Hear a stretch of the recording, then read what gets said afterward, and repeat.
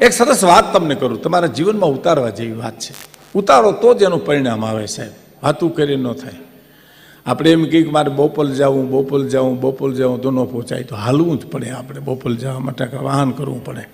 એવી એક વાત તમને કરું. પાલુ ભગત આપણા કચ્છના ગઢવી સાહેબ, એણે એક બહુ સરસ વાત કરી કે કોઈ સમાજના માણસો તમારી મારી ટીકા કરે ને, સાંભળજો, સમાજના માણસો અથવા તો આપણા સગાવાલા આપણી ટીકા કરે ને, એ તો આપણે નીકળી ગયા પછીના રસ્તામાં પાણા નાખ્યા બરોબર છે.